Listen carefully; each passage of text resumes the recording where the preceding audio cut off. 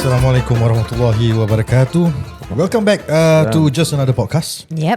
Yeah, with me, Haider. I hope they've gone to the link that Ustaz Fattah have said earlier. Oh, Go and check out. check out, yeah. Yeah. This episode is brought to you by Privat Label. Wow. So we still have Ustaz Fattah with us. In the Mashallah. previous episode, we actually discussed the benefits of the spiritual significance of Ramadan. Ustaz Fattah covered a lot of the tafsiran of Quran, significance of Quran and all that. So go and have a listen if you haven't listened to the first part, and we'll continue our episode with the benefits of Ramadan. We have a few questions on the misconception of Ramadan. Okay, so one question I probably ask, because it's something that I do quite often. I'm gonna buka my own aib lah. Allah, why?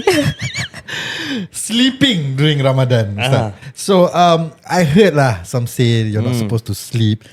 Some say it's good to sleep. Yeah, that's contradicting. Yeah, so could you explain? Because I So choose to sleep or believe. don't sleep? I choose to believe that it's good to sleep lah. Subhanallah. So if you sleep in the month of Ramadan, this is what usually people will say, it is an ibadah. Sleeping is you are getting a reward from Allah SWT. Like usually say, wow, like that I sleep, Ustaz. No, you got to understand why you sleep. It's because you have tired yourself at the middle of the night to stand up in worshipping Allah Subhanahu Wa Taala, and then during the daytime you are tired, and then you sleep in the daytime. This sleep over here is an ibadah. Because they tire themselves in the middle of the night. Yeah. At the same time, if let's say you really you're not eating, you're not drinking, and you usually when you're not eating and you're not drinking, you are a bit more energetic. You're a bit more focused, because there's nothing to distract you. There's no full stomach of food that is making you lazy. You will be on point. You will be all out to do things. But after that, you get into a mode where you are sleepy. Sleepy when you sleep over here. This is ibadah. This is ibadah. But be careful to not sleep during after asar time. Yeah.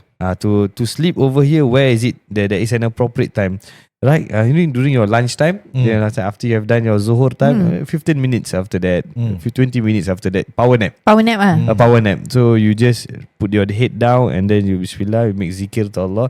Astaghfirullah, astaghfirullah, astaghfirullah. And then you just go into a deep sleep and then put your phone away, put the snooze alarm so that you will be back at work at 2 o'clock usually. Correct me if I'm wrong. Because my lunchtime tak ada hours. So you choose your lunchtime, you go and then you come back like that. That's for me. So it's usually 1 to 2 or 12 to 1, right? That's the time. So or the best is also before zuhur. But I'm not sure whether working adults, they are able to do this. Now, if let's say your lunchtime is from 12 to 1, and it's better to sleep before zuhur. To not say sleep, to have a qailula. In Arabic we call it qailula, to rest over here. To rest, to shut your eyes, because you will this moment where you shut your eyes, it is going to reflect to the middle of the night. When you rest over here, you'll get awake over here. When you sleep over here, and after that you sleep also over here, and this is what we say, this person is indulging in sleeping. So when you indulge yourself in too much of a sleep, you become lazy automatically. So what's the purpose of your fasting? Are you the purpose of fasting? Is it in the book of scholars say that because you will get the chance to sleep more? No, nobody says that. So, but those of you who do many of ibadah and then you sleep, and know that this sleep is going to get you a reward. And whoever that want to indulge in maksiyah, let's say someone bring you, hey, you want to follow me now? Where you want to go? Let's go karaoke lah before we break our fast. Then say, I'm tired lah, I want to go and sleep. This sleep is an ibadah. If let's say he's going to do something that is going to be of a sin, or he's going to do something that will cause his pahala puasa akan kurang, go to sleep, better for you. Yeah, so save just now yourself. when you asked me to sing my Hazin song, I said no. Because it's bulan puasa. This one bulan puasa. Yeah. Understand. Bagus kau idea. The selit. That one. Selit. It's his skill. Okay. So are you happy? Yeah, Okay. good. So moving on to the next question. Wait. Let me just elaborate a little bit about sleeping. So usually we try to avoid to sleep after subuh and also after asar. Let's say why we avoid to sleep after subuh is because that is where is the time where we go out to work and we get sustenance. So it's a time of risk. And after Asar over here, why we don't sleep is because people will get into a state of mental when they sleep during Asar time. You know, when every one of us, I think we have gone through this process. When we sleep at around 6:30 and then you wake up around 8 o'clock and then you see, is it the next day or is it still the same day? Then the letharginess is also another level. Lethargic lain. But Yeah. this confused of you become crazy for a while, no, actually. Oh, is it? You are actually confused. Is it today or is it just it became another day and now I'm working out to actually go to work. This is actually a moment of you going into a state of crazy. So that's the reason why we try to avoid to sleep after subuh and also after asar. And whoever that is a friend to another friend, they will also try to avoid their friend from sleeping during this time unless this person works overnight and then let's say like a firefighter night shift and then comes back home like subuh. Then after subuh is in a sleeping time. Then so avoid the ishraq time. After ishraq time, you want to go and rest, you can rest. So ishraq right now around 7:20, 7:25. The sunrise So it's already time where you want to go and rest, you can rest. We understand. But even if after subuh and then you just came back from work and you want to rest, it's okay. Yeah. It's okay to rest also. So this tengok the circumstances of the person lah. And after asar also depends on the person. If really the person is very tired and then they got to rest, then rest. The important point over here is don't make it into their routine. Every time asar, every time I want to rest. Every time after subuh, every time I want to sleep. The kind of routine, this is the problem. Yeah, weirdly, I actually personally I experience whenever I sleep after subuh, I will have terrible dreams. I do not know what's the science behind it or the religion behind it. But I think it's a very long topic to cover. Maybe we will touch on it in some other time. What? Or you have a short answer for me? No. I'm not a dream reader. Decipher the dreams. Yeah, okay. I don't read dreams. Okay, gossiping. Teruk gossip. Yes, it happens. Stop it lah. What me? Who always initiate first? She initiate. Astagfirullah. Always gossip about other podcasts. Why you keep throwing me under the bus today? Tengok orang. Yeah. Stop lah. Okay, fine. Then don't ask me anything anymore. Oh, you ask. You initiate the gossip. No, really. I dah berubah. Dah berubah. Change. So gossiping, it obviously doesn't break fast, but it's discouraged lah. Is that how it is? Of course. Gossiping is backbiting and gossiping. All these things are very dangerous acts that will nullify the deeds of your fasting. So this is what the Prophet ﷺ said is pity for those who fast, but they only get hunger and thirst. I say, but the reason why you fast is you want to get the forgiveness of Allah SWT. And Prophet ﷺ said in the hadith, Man qama Ramadan imanan wa ihtisaban, or man sama Ramadan imanan wa ihtisaban. There's two narration to this. Whoever stands in the nights of Ramadan and in the night of Laylat Al-Qadr with full of iman and full of hope, Allah subhanahu wa ta'ala will forgive his previous sins. And then another narration says that whoever fasts in the month of Ramadan with full of iman and full of hope from Allah subhanahu wa ta'ala, Allah subhanahu wa ta'ala will forgive his previous sins. And Allah subhanahu wa ta'ala will forgive his previous sins over here. Allah subhanahu wa ta'ala used Rasulullah SAW used the term or verb that is called the past tense. Forgive his sins. So it's غُفِرَ لَهُ مَا تَقَدَّمَ مِنْ ذَنْبِ. Allah forgive. It's like Rasulullah SAW is bringing you to the future and say that in this future Allah SWT have forgiven you. Yeah, it's done deal. It's done deal. Yeah. It is not will be forgiving you, but He forgave you. He's telling you that it's going to happen. Yeah. I'm telling you, I'm bringing you to the future, and it had happened, and it will happen. That's why I'm using the word past tense over here. I'm mind blown right now. Okay, yeah. Okay. Subhanallah. Just a little bit of hadith like this makes us, give us hope. Yeah. And to get the forgiveness of Allah subhanahu wa ta'ala is to make sure that we have a relationship with the Quran, with the relationship with the salihin, to relationship with masjid, relationship with our salat, and all this in the end it will come back to us, in akhirah. Yeah. In akhirah will come back to us. Our fasting will come back to us and say, Ya Allah, they did it. We full of iman, we full of hope for you, Ya Allah. They did me. They did fasting for you, Ya Allah. And then, on this day, I vouch for them, Ya Allah. On this day, I will vouch for them, Ya Allah. So put them in Jannah, Ya Allah. And then after that, you recite the Quran will come to you on the day of judgment and will tell you, Ya Allah, this person, Ya Allah, he recite me every day, Ya Allah. Even when he don't have time, he will make a point to recite me just a little bit. While he will recite me every day, Ya Allah. On this day, I will want to vouch for him, Ya Allah. The shafa'at will come to you. The Quran will be your shafa'at. The fasting will be your shafa'at. And if you're going to spoil your fasting by watching Netflix, you're going to spoil your fasting by doing something that is, inappropriate. Yeah. And then how is this fasting going to come to you? Then are you going to just get thirst and hunger? Yeah. So remember, fasting is about changing your routine to become better. This is the time. It is the time of hope. Yeah.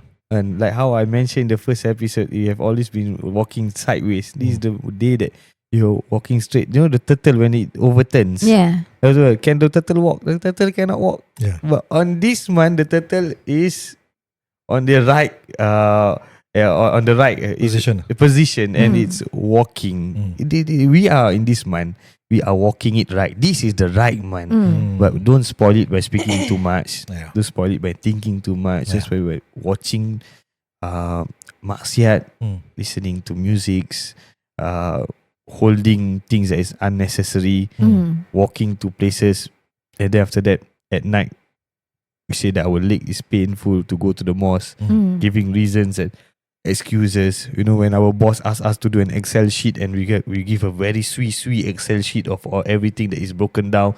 If it's contrast to A, the product of A, and the product of B, we would rather put product of C, because C product in the end will give you this. And then when it comes to the mosque, which mosque are you going? I do not know. Yeah. Have you done your Excel sheet to the mosque? Have you done your from 1st March to the 29th of March? Where are you going? I said, no. But you talk about 31st of March. That one already done. Baju Haraya, what colour already choose? Booking already done. Done already, right? Yeah. And so, but when it comes to Ramadan, I don't know. Follow the flow. I'm not sure whether I'm going. I might be tired. Ustaz, we need to plan the Raya early also, because they say people who shopping last minute all cannot during bulan Ramadan, so we do it early lah. For me, I settle my clothes already. Alhamdulillah. Not just you, me too. Because I want to focus my Ramadan. I don't want to think about all this. Yeah. Plus, if it's tailor-made, usually you got to do it earlier lah. Yeah. If it's you want to get a slash price or what, then you go to one time, you want to get a price which is just appropriate, and then you go back home. So it's really up to all of you. Probably you have one that is at home that you have not used yet, and then that can be your Ramadan baju, your Hari Raya baju. Remember, Hari Raya is going to be a reflection of your Ramadan. And it is not, we want to go out from Ramadan having piety to Allah SWT. On this particular day, it is going to be the proof. Are we going to be a person that is going to indulge in like a lion that comes out from a cage? Or are we going to be continuing whatever that we have? The issue is the istiqamah after that. Yeah, Rasulullah SAW said, the best of all acts is the one that is consistent. And so it's little but consistent. Yeah. So you got to continue it out from Ramadan as well. When you go to when it's the first day of Ramadan, I work on the first day of Ramadan, first day of Hari Raya, okay? Because my chairman said to me, first day of Raya, so people need to pray. Yeah. So you got to come to work lah. So I said, okay, I'll come to work. But I get to witness with my own eyes when during Salat Hari Raya, kan, it was full packed with people. When it comes to Zuhur time, you know who is going to be the makmum behind? Bangladeshi workers. They are going to be occupying the whole mosque. Where's all our people? Oh, they are at home visiting their parents. Yeah, Alhamdulillah visiting. But where's the priority now? Then isn't this the same sentiment like pakcik-pakcik, makcik-makcik like to say like the last 10 days the mosque will be empty because everybody will be at Bazar Gelang? That one also. Yeah, actually the last 10 days is where you're supposed to chase all of these rewards, right? Correct. Because of Malam Laylat Al-Qadr and all that. Yeah. Rasulullah SAW will tighten his belt.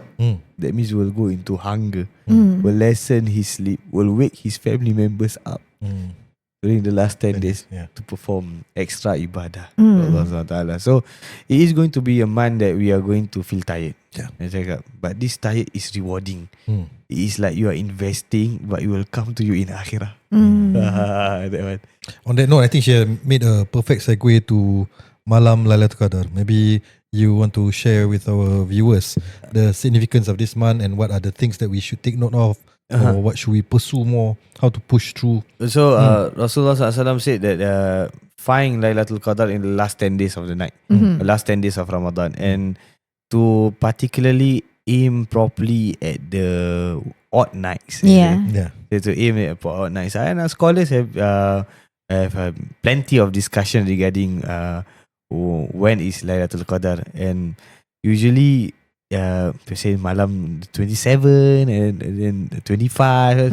So you know how are you going to get it? You just aim the last 10 nights. But last 10 nights depends on your first 20 nights also. That if let's say you are not doing well first 20 nights, you want to start the last 10 nights, it's going to be tiring. It's not going to be as smooth. The momentum is not there. It's not there. Yeah. So that's why you got to start it right now. You got it right now, and then you start it small so that when the momentum comes at the last 10 nights, you got it already in you to perform it small at least. At least you perform it 2 raka'ah in the middle of the night. Or if it's Laylat Al-Qadr, I will get to multiply these 2 raka'ah on top of the sunnah. Everything will become the pahala of wajib. I'll get to multiply it 1,000 man. 1,000 month. 1,000 shahrin. So to 1,000 man over here. How many years? 27. 27 years, if I'm not mistaken. 1,000 man. Okay. Talking about Malam Laylat Al-Qadr, there's a lot of aunties and uncles doing their own predictions. Oh, you read my mind. So Zata they open the window. Oh, hujan hari The ni. first thing, Mungkin pokok ni goyang lah. differently. What are your thoughts, or rather the religion take on it? Is it wrong for them? Okay, I mean obviously I don't think. Do you think this is a myth? Like forecasting doesn't make sense. Forecasting, by saying that it's not wrong, right? I mean, what's your answer to that? Yeah. Like today is like a bit cool, a bit chill. The birds are like tweeting more. Okay lah, it's tonight lah. I will always do that only when I perform the night prayers. If I perform it, I say, hey, today seems like last night is the night. If let's say you don't perform it well last night, you will like, no, I think it's tomorrow night. It's not tonight. It's not tonight. It's not that night. It's not that. Yeah. No, but there is a hadith regarding this. The hadith, Prophet ﷺ said, one of the signs of if that night was Laylat Al-Qadr, you will see the sun rise, but it is not shining bright. It will just be a cool sun. That sun rise, it will just be cool, and the weather will be calm. The weather will be calm. So you will see calmness. It's not. How do you describe a light that is shining out, like that is blazing? Like sun rays, those kind of hot. No, it won't be like that way. It will be soft. Okay. It will be soft. Cozy. It will be cozy. Same goes to the middle of the night. It will be gentle. It will be soft. This is the sign of that night to be Laylat Al-Qadr. Amazing. I read this in the hadith. So our parents, when they do that, and they are actually following a hadith. When they see that, they predict that. You know, when when it's a movie that is coming out, we will be excited to see, is it there yet? Is it on the television yet? Is it? So our parents, they are connected to Laylat Al-Qadr. They do not know. They say probably last night is the night. these people, they are finding Laylatul Qadr. They are connecting with Laylatul Qadr. They have a special hook to Laylatul Qadr. A kind of love lah that they the love. want. But Yeah. if those of you are questioning, apa lah, then you don't have the same vibe as them. Yeah. I don't have it because you're not finding it. If you're finding it, you'll be looking out. Is it Laylatul Qadr? Yeah, but things like pokok sujud or apa ni, the things, these are stories that I heard in the past, but I have not seen or not even heard from scholars yet regarding things like this. But pokok will always make tasbih to Allah SWT. Make tasbih, they are in the state of zikir to Allah SWT. All other binatang also, they are making zikir to Allah SWT. That one we know. Yeah. Though to answer your question, yes, there is the sign. There is hadith. Interesting. So we will be the next pakcik-pakcik. I think last night lah. But I think it's also good to think that it's not the night so that you can continue. You know what I'm saying, right? Yeah, keep going. Yeah. So sedekah and zakat fitrah, this one is to cover up those holes and also wrongdoings that we have been doing in the month of Ramadan. That's the purpose of zakat fitrah. If you talk a little bit about why must we bring out zakat fitrah, first, it is wajib in the month of Ramadan. Whoever meets the month of Ramadan and meets Shawwal, then it is wajib for them to keluarkan zakat fitrah. Okay, but what's the meaning of zakat fitrah? It is a meaning of you are covering up those wrong things that you have done in the month of Ramadan. It's same like sujud sahwi. When you forgot to read doa kunut, or when you forgot a certain act. Let's say you think that it is 3 rakaat, but it's actually 2 rakaat, and then you just continue it as you did 5 rakaat, and then say, Ya Allah, apa dah jadi ni? And then, but you know you did extra, or probably I did extra, or I did it on time, or 4 rakaat. So towards the end of it, you make sujud sahwi. Subhanallahi la yanamu wa la yasu. You make dua to Allah SWT. That's it. So glory be to Allah SWT, the one that never take a rest. But we all forget that we take a rest. So Allah SWT, He never forgets and He never take the rest. So we make sujud to cover up the wrong deeds that we have, the wrong acts that we have done in our prayers, or probably we think that we have done wrong. So same goes to zakat fitrah. It is to cover up all those backbiting that we do, or lying, or all those things. Pay zakat fitrah. Hello, I pay. Okay, zakat fitrah is wajib, that you got to do it. And if let's say you have done it once, so you want to cover up more, you make sedekah. Then it comes to sedekah. But sedekah also don't sedekah too much food to people. This house already have air katira, you sedekahkan bandung, you sedekahkan milk tea, Thai tea, semua tea you kasih dia. Apa jadi dengan dia? Maghrib pun terlepas. You know, that one not. For me, my home becomes a bubo hub. Because I have very good neighbours, right? Then they will go to that mosque, they will go to that mosque, they will go. Then that on my table will be full of bubo. Then I do not know what to do with it. Kalau if we throw, it's membazir, right? So I have to think of another way to delegate where this bubo have to go. Okay, so you pay it forward lah. I have to pay it forward lah. Okay. So while we're on that topic, right? A question came, which is also part of our list. Okay. It's like if we miss our puasa, for example, those breastfeeding, or they just gave birth, or they're unwell, like the old folks, right? So how is that process go? Like they already pay, do they have to still puasa after that, or how? Yep, if they there's a ruling to this. If let's say someone who sick and they are not able to fast, then they just pay fidyah. Fidyah, yes. They pay fidyah, and it's impossible for them to also qada their fast. They pay fidyah and then full stop.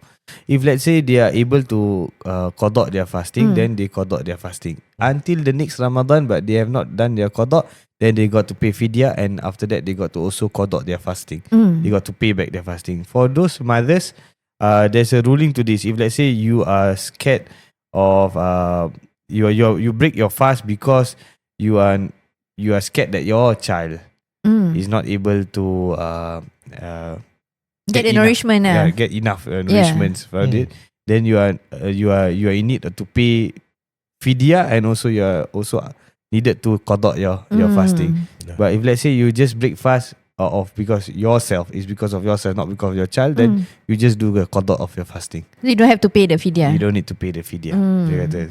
Yeah. So when do you start to fast? You start to fast when you have reached the age of baligh. You start to fast. Different from zakat. Zakat, whenever you have a certain amount of money, whether you 1 year old or 2 year old or 3 year old, you still go out zakat.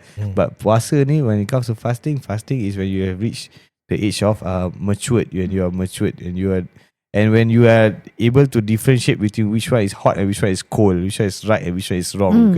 Mumayyiz, you can start to already train them to fast. And we can start to train our children to fast. How do we train our children to fast? So we train our children to fast by telling them, giving them a time, to set a time, and then by telling them, if let's say you accomplish this time, then after that this will be the reward. And if let's say your child starts to cry and you have not come to the time yet, then tell them, then this is the one time that you eat. The next one will be at 7 o'clock. All these are techniques that our ulama have taught us. If they really cry, they want to eat, then we let them eat. We let them eat because they have not come to the age of baligh yet. So, but we got to start them at a certain point to. What's the ideal age actually to start? 7 will be right. 7. Yeah, my kids all start at K2 half day, by 7 full day. Alhamdulillah. Yeah. But training you have to. You cannot just suddenly cannot. They won't accept lah. Yeah. Yeah. And if really they cry because sometimes because they are, then it's really how we as parents, we want to not say psycho, but we're going to let them educate them. Educate them. Yeah. I will educate them. Okay, then today can, but at night you are not able to take away certain things that they are doing. So at night, this one cannot anymore. For the young, I find it amazing when the ulama teach us it's okay, set a time.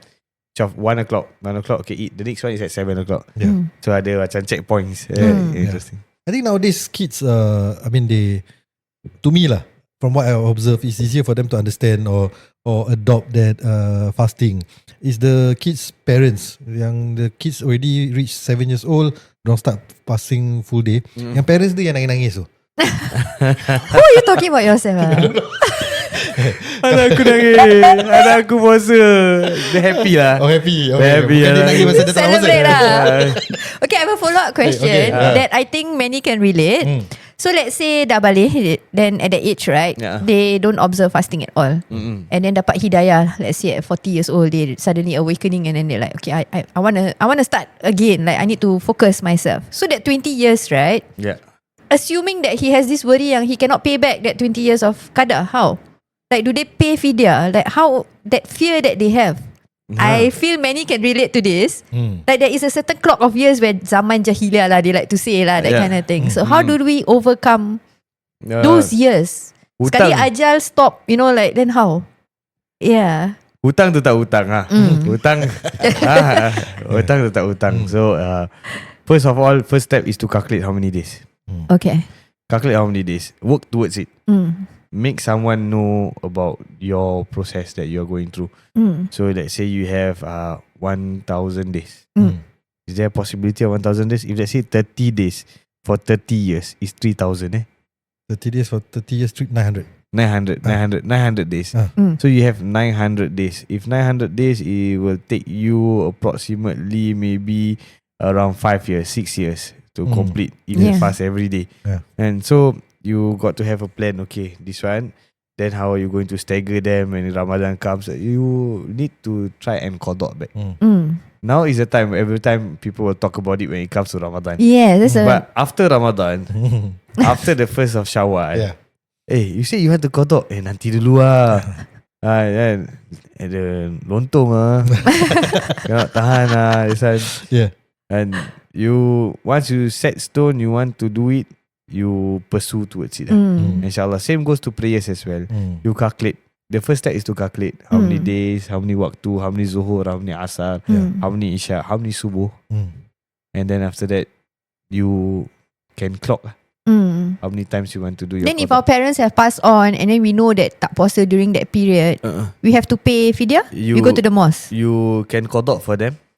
How do we do that? You niat lah. Yeah, qada for their fasting. And depends on your budget also. If let's say it's going to take a toll on you to come out fidyah, then do qada for them. Ya Allah, aku niat aku nak qadakan puasa Ramadan aku untuk mak aku, for my mother. And but if there is a possibility that you don't know actually, but I just I might assume that he did not do this, Oh, why? Because he was sick. Then if he was sick, then it wasn't permissible for him. It's not wajib for him to even fast.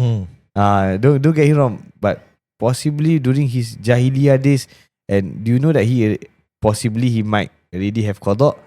Yeah, there's a chance he might have qada. So you don't think too much also, because the shaitan will come to you and waswas to you. Yes, correct. And this also will be a problem. So questions like this, usually you don't ask to another question. Usually questions like this, you just stop it there. You just say, whether did my parents done their qada, or possibly during his last 2 years he did not do his qada. Was he able to do his fasting, or was he in sickness? He was in sickness. Then there's no puasa for him. There's no puasa for him. So if let's say he's able to, but he have not done their qada for the last 2 years because he was traveling, and then we know that he have not done his qada, or possibly 2 weeks he did not go for this one, he haven't qada yet. Then you do for him the qada of puasa.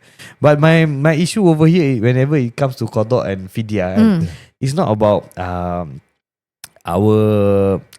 general community. It's about those that puts their parents in old folks home. Oh. This one, because I do visit them. Yeah. Time to time I do visit this our Muslim community in the old folks home in NTUC Hub. So I see them.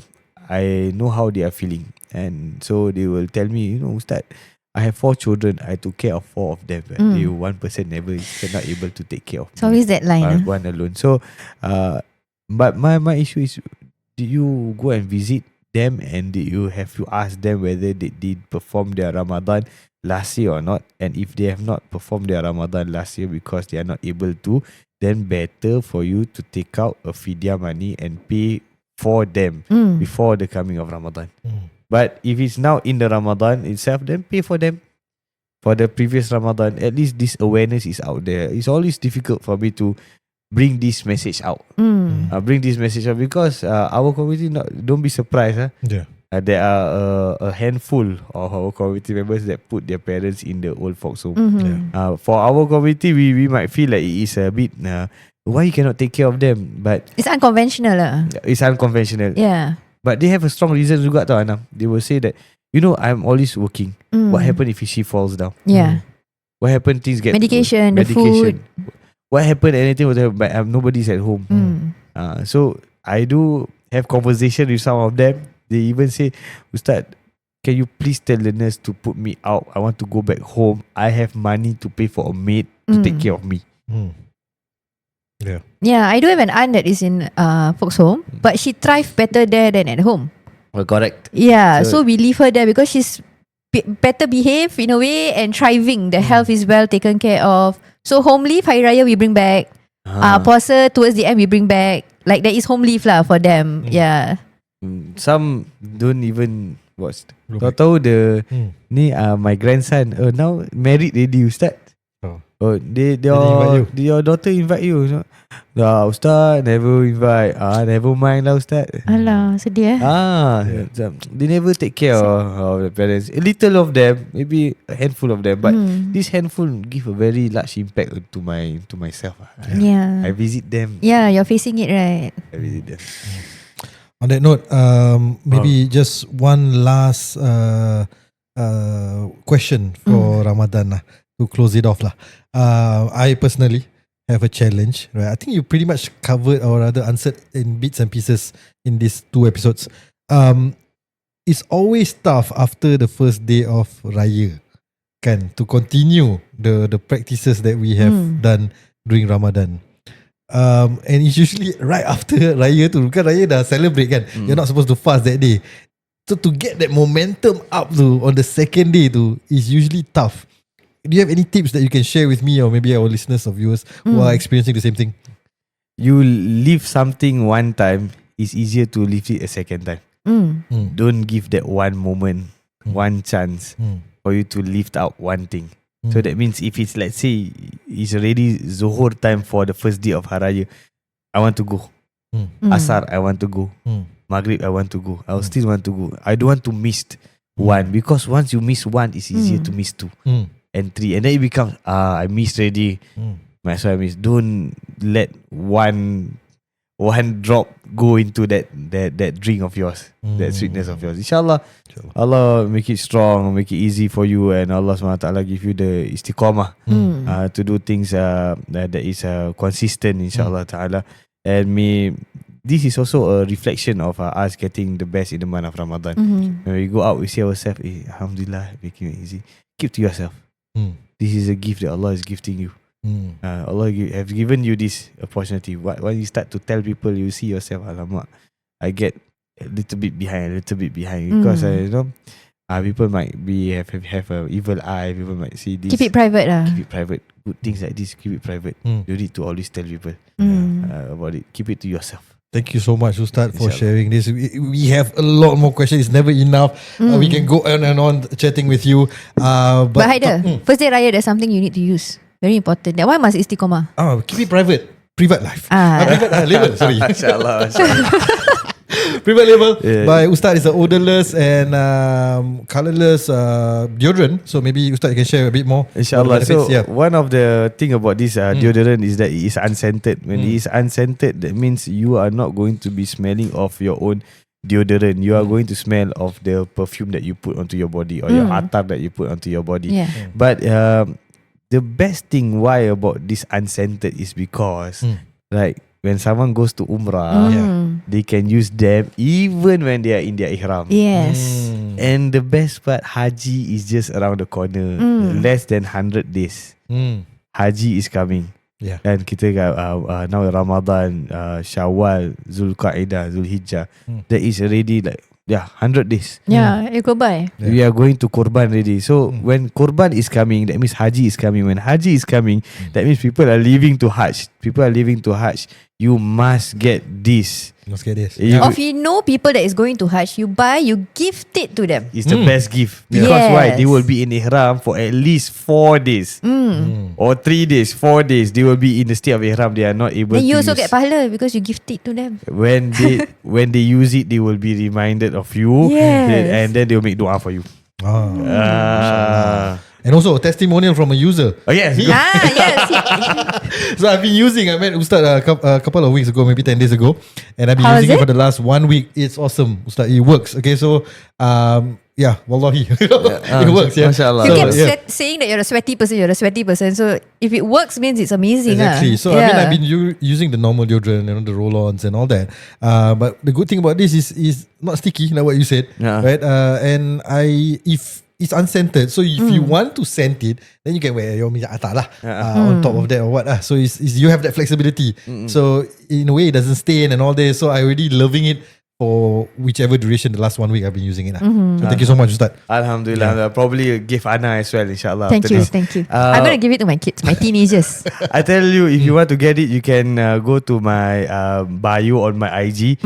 Fattah Rahman on my bio. There is a link. There is a Google form, and you can just go into the link. If you don't have a Gmail and you are not able to go through a Gmail account, you can just DM me, and then I will directly order from you. You can order from me directly through the DMs. I will pass you my phone number, and then inshallah we can do a transfer, and then you confirm your order, and then inshallah I will drop delivery. I tell you what, you know how much is my delivery? How much? $2. Wow. Wow. Pathetic, right? Effort tu. Pathetic, right? Because I don't want to give them a reason for them not to buy because of the delivery. I tell you, usually I do delivery 1 week once on Tuesdays, because those are that day is my off day. But then I will just compile everything. Like Collect one shot collect one shot, $2. And if I say there's 3 houses, I will get $6. I put oil, minyak, petrol. Inshallah, it will be enough. So it is. I'm doing this from January onwards. From my birthday in January, I started this $2. It was $12 delivery. Then people still buy. But I say I want to do a promo in my birthday month. Then until today, now it's still $2 because I feel so happy when people say it's $2 only. Yeah, $2. And whoever is neighbor to me in Bedok, and usually I don't even charge you. Usually when you are a neighbor to me, I will just reply to you, don't include the $2 in. I say I will just drop by your place when I'm on my way back. I will just put it So over people in Bedok take advantage of this, okay? Free delivery. Yeah, free delivery. Ustaz deliver to you some more. Yeah. You can get his signature, can sell. And don't forget to give me some food to bring back. MashaAllah. Okay, thank you so much, Ustaz. Thank you so much. Thank you for having me. Thank you for having Privat Label agreeing to this. MashaAllah, MashaAllah. It's an honor. Thank you. Thank you.